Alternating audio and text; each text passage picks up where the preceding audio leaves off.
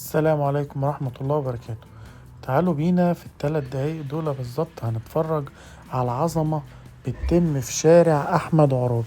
عظمة بتتم في شارع أحمد عرابي في منطقة المهندسين، وهو الامتداد الجديد لمحور 26 يوليو. ودي النزلات الجديدة اللي بتتعمل من محور 26 يوليو على شارع أحمد عرابي. حجم الإنشاء والتطور اللي موجود هناك حاجة مذهلة بمعنى الكلمة. تكاد تكون إن المحور أعتقد فاضله 3 4 شهور بالكتير وينتهي، ودي مدة كبيرة كمان.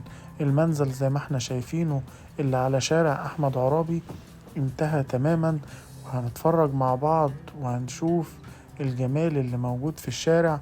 طبعا الناس اللي من المنطقة عارفين يعني ايه شارع أحمد عرابي، وعارفين الحديقة الكبيرة اللي كانت بتجمع كل أهالي المنطقة وأهالي ناس بتيجي من أماكن تانية.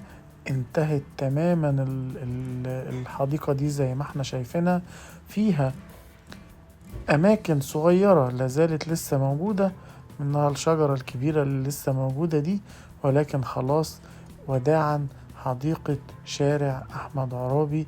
محور 26 يوليو الجديد غير شارع أحمد عرابي تماما تماما تماما زي ما احنا شايفين مع بعض.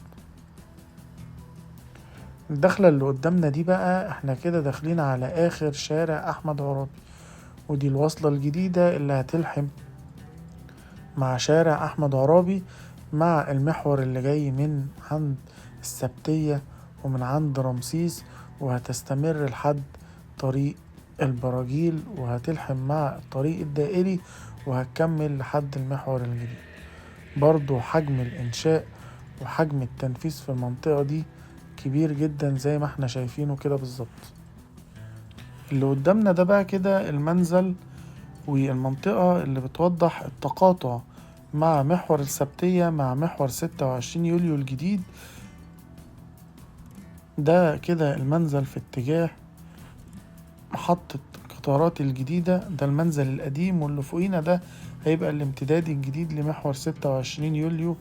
اللي حجم الانتاج وحجم العمل في المكان يا جماعة رهيب بصراحة.